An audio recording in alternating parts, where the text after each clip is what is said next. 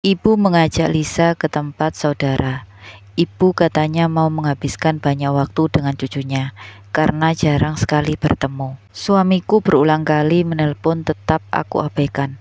Aku justru lebih tertarik melihat story suamiku, mengundang penasaran. Dia memposting foto dengan teman-teman sekantornya, sedang makan bersama di sebuah tempat makan. Mataku tertuju pada wanita yang duduk di samping Mas Elang. Jarak duduk mereka begitu dekat. Wanita itu menggunakan baju kemeja biru dan dipadukan dengan blazer yang ketat membentuk bentuk tubuhnya yang ideal. Pak Santoso, ini uang pembayaran untuk lahan Bapak, ucap salah satu karyawan bagian keuangan dengan tangan yang agak gemetar. Aku pun akhirnya menerima uang itu.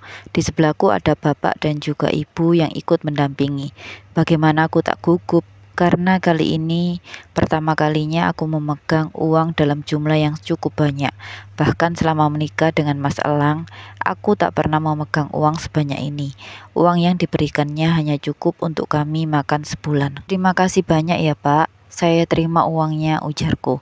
Sama-sama Mbak, Bapak, dan Ibu. Lalu Bapak dan aku pun menandatangani berkas-berkas bukti penjualan tanah. Dan setelah transaksi selesai, karyawan itu pun pergi. Semua uang penjualan tanah Bapak serahkan untuk kamu ya Sel, karena Bapak yakin kamu pasti bisa mengelolanya, ucap Bapak saat itu, saat karyawan tadi sudah pulang. Terima kasih Pak sudah percaya denganku. Apa Bapak nggak mau beli rumah lagi? Enggak Sel, Bapak dan Ibu sudah nyaman tinggal di rumah ini. Biar saja uang itu kamu gunakan untuk kalian membeli rumah dan membuka usaha, agar kamu tak hanya diam di rumah saja. Dan juga kamu bisa menyekolahkan Lisa setinggi-tingginya. Aku terharu saat mendengar ucapan Bapak, seakan Bapak tahu tentang isi hati dan perjalanan rumah tanggaku. Aku pun langsung memeluk tubuh Bapakku. Aku takut, bahkan sangat takut kehilangan kedua orang tuaku, karena mereka adalah separuh hidupku. Hari ini kami sekeluarga akan pergi berlibur di daerah pegunungan. Aku sudah memesan villa yang mewah dan juga tentunya nyaman untuk para keluargaku. Bapak dan Ibu juga mengajak sebagian keluarga besarnya untuk berlibur.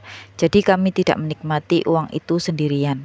Dari aku kecil, Bapak selalu mengajarkan aku untuk berbagi dan tak boleh bersikap tamak pada siapapun. Karena besar kecilnya pemberian, jika ikhlas pasti akan dibalas dan mendapatkan pahala yang besar dari Allah. Lisa sangat senang sekali saat aku mengajak dia berlibur di tempat yang terkenal, asri dan juga nyaman. Setidaknya aku bisa menghapus rasa kecewa di hatinya karena tidak ikut pergi berekreasi bersama teman-teman sekolahnya. Ada hikmahnya juga ternyata. Andai saja aku paksakan untuk ikut piknik dari sekolah, sudah pasti aku dan Lisa juga akan menjadi korban kecelakaan. Tiba-tiba ponselku berdering dan menunjukkan panggilan suamiku. Halo, assalamualaikum. Kenapa lagi mas? Jawabku sesantai mungkin. Kamu lagi di mana Sel? Kata Mbak Yanti, kamu lagi jalan-jalan. Apa benar semua itu? Maunya gimana? Tanyaku balik. Ya ampun Sel, aku tuh nggak habis pikir lagi sama kamu. Saudara lagi sakit, lagi kena musibah, kamu malah enak-enakan jalan-jalan ngabisin uang aku. Apa kamu nggak mikir sama sekali, ha? Bentaknya seenaknya. Uang kamu dari mana mas? Apa aku nggak salah dengar? Kamu lagi ngelindur ya? Sahutku dengan nada santai. Iya uang aku lah, emangnya kamu punya uang untuk jalan-jalan. Sekarang aku pengen kamu pulang hari ini juga, karena ibu pasti butuh bantuan dan juga tenaga kamu Sel. Aku pun mematikan sambungan telepon. Rasti membuatku gila, istri durhaka, pulang ke kampung halamannya tanpa berpamitan padaku. Sekarang dia semakin melewati batas, geram Elang sambil meremas ponsel di tangannya. Lang, kapan istrimu pulang? Sally masih belum mau pulang bu. Dia masih ingin di kampung bersama orang tuanya, jawab Elang dan merasa ragu menyampaikan semua ini pada ibunya. Istri yang selalu bisa ia andalkan tenaganya malah tak ada lagi di sini, membuat pekerjaan rumah menjadi berat.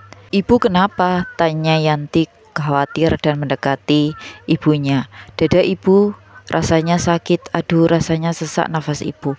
Ayo bu, kita masuk dulu, aku ambilkan ibu minum. Yanti menuntun ibunya masuk ke dalam rumah dan duduk di sofa. Hampir saja dia membuatku jantungan. Bisa mati berdiri aku nanti, tak bisa dibiarkan si Sally ini, gumam ibu mertuanya. Elang, kamu keterlaluan. Apa benar dia memberikan uang gaji itu pada Sally? Aku tidak rela jika gaji putraku dinikmati oleh perempuan itu. Nanti Sally keenakan, dia bisa menikmati uang Elang yang banyak. Jangan sampai Sally bisa membeli barang yang bagus menggunakan uang gaji Elang, ujar Ibu Surti berceloteh. Ini bu, diminum dulu, ujar Yanti sambil menyerahkan segelas air minum dan menyerahkannya pada Bu Surti. Bu Surti meneguk minuman itu hingga habis. Gimana, udah enakan bu? Tanya Yanti dan duduk di sebelah ibunya. Sekarang kamu telepon Elang, suruh dia pulang sekarang juga. Tapi Mas Elang kan sedang ada di rumah sakit. Ibu tidak mau tahu, ini penting. Kenapa dia bisa memberikan uang gajinya pada Sally? Elang itu harus ingat surganya itu ada pada ibu dan keluarga selamanya akan menjadi tanggung jawab dia. Kamu mau jatahmu tidak ada lagi. Ketika Elang benar-benar memberikan semua full gajinya pada istrinya, ucap Bu Surti membuat Yanti takut dengan cepat menggeleng. Tidak bu, kan aku butuh ke salon, skincarean, uang jajan, tutur Yanti. Makanya kamu itu cepat telepon Elang, kita harus hentikan perbuatannya. Jangan sampai uang Elang habis. Selama 1 jam Bu Surti menunggu kedatangan Elang. Akhirnya Elang datang ke rumah itu. Ibu, ada apa memintaku datang kemari? Aku baru saja tadi pulang dari rumah sakit dan ingin istirahat di rumah, ujar Elang. Aku mau makan, karena di rumah juga tidak ada makanan. Elang pun melangkahkan kakinya menuju dapur dan makan di sana. Setelah Elang menghabiskan makanannya, Bu Surti berbicara dengan Elang. Jawab pertanyaan ibu dengan jujur ya Elang. Elang merasa heran melihat ibunya. Raut wajah sang ibu sangat serius. Ada hal penting apa yang ingin ibu tanyakan? Kemana uang gajianmu Lang? Tanya Bu Surti. Bukankah uang gajiku kemarin sudah aku berikan pada ibu? Untuk perhiasan juga kan? Aku sudah memberikan ibu 8 juta, Mbak Yanti 3 juta, aku hanya memegang uang 5 juta saja, jawab Elang dengan detail. Ibu kecewa padamu, kamu tidak jujur pada ibu. Jika memang uangmu itu sedikit, bagaimana bisa kamu memberikan uang pada Sally untuk dia jalan-jalan ke kampung? Pasti kamu dapat bonus lagi kan? Dari kantormu seperti kemarin hingga bisa membeli mobil baru, ujarnya. Ibu, aku ini udah jujur, tapi ibu selalu merasa kurang dengan uangku. Dan bulan depan aku tidak bisa memberi sebanyak biasanya karena harus mencicil mobil, ujar Elang.